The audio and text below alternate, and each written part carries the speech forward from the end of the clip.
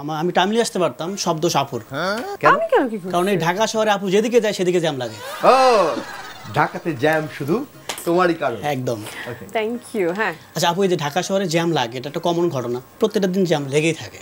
তো জ্যাম কেন লাগে আমরা বন্ধুরা মিলে একটা প্ল্যান করছি যে আমরা কারণগুলো খুঁজে বের করবো, কোথায় কোথায় জ্যাম কী কারণে লাগে। তারপর আমরা অনেকগুলো কারণ খুঁজে পাইছি। পাওয়ার পর আমরা গেলাম প্রশাসনের কাছে যে দেখেন এই কারণে জ্যাম হয়, আপনারা পদক্ষেপ নেন না কেন। কে বলছে আমরা পদক্ষেপ নেই না? আমরা মাসে মাসে মিটিং করি, যেদিন ফাইনাল মিটিংটা করবো আর মিটিংটা করতে পারি না। কেন? সবাই জ্যামের কারণে আসতে পারে না।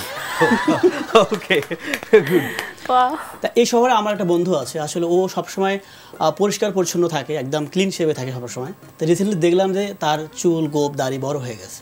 বললাম কী রে তোর হঠাৎ করে চুল দাড়ি গোপ বড় হয়ে গেছে, ঘটনা কি? প্রেমে ছেঁকা টাকা খাইছস? আরে না, মতিঝিল থেকে কারণ বাজার আসছি, যে জ্যামে বসে থাকতে থাকতে আমার মজদারি কথা গেছে। ওকে মানে কী অবস্থা ঢাকা শহরে জ্যাম। আমি আমার একটা এক্সপিরিয়েন্স থেকে বলি, বাসে করে আমি যাচ্ছিলাম, প্রচুর জ্যাম আপু। আমার মেজাজ খুব খারাপ, বিরক্ত হয়ে আমি বাস থেকে নেমে হাঁটা দিচ্ছি, ফুটপাতে হাঁটতেছি, হঠাৎ সামনে একটা ম্যান হল, আমি পড়ে গেছি ভেতরে। এক পথচারী এসে বলছে, আরে ভাই আপনি কই যাচ্ছিলেন? আমি সদরঘাট যাবো। কয় ঠিক আছে আপনি এই পথে যান, রাস্তায় খুব জ্যাম। ওই দিক দিয়ে তাড়াতাড়ি পৌঁছানো যাবে। রিসেন্টলি আরেকটা ঘটনা বলি, মিরপুর থেকে আমি এয়ারপোর্টে যাচ্ছিলাম বাসে করে, পাবলিক বাসে যাচ্ছিলাম, সন্ধ্যা 7টা। আমার পাশে একটা স্টুডেন্ট বসে আছে। কিছুক্ষণ পর বাসের কন্ডাক্টর আসছে, বলছে মামা আপনার ফুল ভাড়া দেন। আপনি তখন হাফ ভাড়া দিয়েছেন। কয় কে? আমি তো স্টুডেন্ট। কয় দেখেন রাত 9টার পর কোনো হাফ ভাড়া থাকবে না, আপনি ফুল ভাড়া দেন। কার? আমি তো 7টার সময় গাড়িতে উঠছি। কয় 7টার সময় উঠছেন, আপনি ফেসবুক টিপলে হবে? দেখেন আপনার জ্যামে বসতে বসতে 12টা বেজে গেছে। ওকে শিল্পীর একটি গান সেই জ্যামের অনারে শুধু জ্যাম দিয়ে হচ্ছে। তাই সেটাই হলো আসলে। আচ্ছা আপু, আপনি বাংলাদেশের খেলা দেখেন, ক্রিকেট? হ্যাঁ দেখেন? অবশ্যই খেলা কেন দেখব? যেদিন হয় ওদিন আমরা দেখি, বেশিক্ষণ তো দেখা লাগে না। আচ্ছা বাংলাদেশ টিমেরও জ্যাম লেগে গেছে। বাংলাদেশ আমাদের খেলা তো বেশিক্ষণ ধরে দেখতে হয় না, অল্পতেই শেষ হয়ে যায়। হ্যাঁ, আমি এই বাংলাদেশ টিমে বলুন না জ্যাম লেগে আছে, আমি বলি কেন জ্যাম লেগে আছে। দেখেন বাংলাদেশের নারীরা সারিতে আটকায় আর পুরুষরা নারীতে আটকায়, আর বাংলাদেশের জাতীয় ক্রিকেট টিম সমীকরণে আটকায়। সমীকরণে আটকায়, ঠিক একবার। মানে এত কঠিন সমীকরণটা হতো না আসলে, বিসিবি ট্যালেন্ট পোলাপানকে জায়গা দেয়নি। আজকে যদি একটা ট্যালেন্ট পোলাপান খেলতো এই ন্যাশনাল টিমে তাহলে এত প্রবলেম হতো না। আজকে যদি রনি ভাই ওই টিমে এই মিরু খেলতো এতটা হতো না। কেন?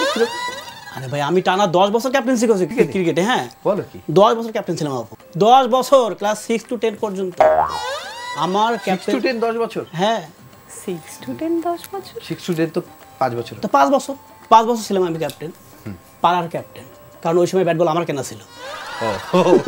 ওকে বুঝছি। আপনি দেখেন আমার ক্রিকেটে মানে কেমন এক্সপিরিয়েন্স। একটা ম্যাচে 1 বলে 10 রান লাগে আপু, আমি সেই ম্যাচটা জেতাইছি। কিভাবে? 1 বলে 10 রান? 1 বলে 10 রান করছে, আমি মিরু করছি, আমাকে তো বিসিবি মূল্যায়ন করতে পারে না। কিভাবে?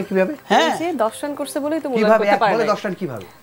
বলটা যে করছে, আমি এমন মার মারছি, বল 2 ভাগ হয়ে 1 ভাগ উড়ে গিয়ে গ্যালারিতে পড়ছে আর 1 ভাগ গড়ে গিয়ে 4 হয়েছে, ব্যাস 6-4-10। আচ্ছা গ্যালারির কথা যখন বললো, আপনি যখন গান করেন গ্যালারির কোন ফিডব্যাকটা আপনার এখনো মনে আছে, যে ক্রাউডের এই চিৎকার বা এই রিয়াকশনটা আজীবন মনে থাকবে? একবার ফ্রাইডেতে আমি এরকম খেলা হচ্ছিল, তো তখন প্রত্যেকটা খেলার মাঝখানে মিডল টাইমে 30 মিনিটস না এরকম 15 মিনিটের একটা গ্যাপ থাকতো, ওখানে আমরা পারফর্ম করতাম। তো ফ্রাইডেতে প্রচুর মানুষ হয়, অ্যান্ড ওখানে যখন পারফর্ম করছিলাম তো সবাই মিলে যখন আমার সাথে গাচ্ছিল সেটা অন্যরকম একটা ফিলিং। অ্যান্ড মজার ব্যাপার হচ্ছে যিনি উপস্থাপকে ছিলেন, তারপর হচ্ছে মাঝখানে যারা ধারাভাষ্য করছেন শামীম ভাই, ওরা সব গান গাইতে গাইতে চলে যাচ্ছে।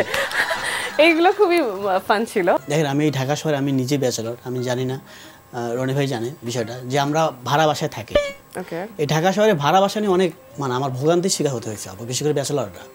আমার কাছে মনে হয়েছে ঢাকা শহরে বাড়িওয়ালারা হচ্ছে বউ পাগল। কেন?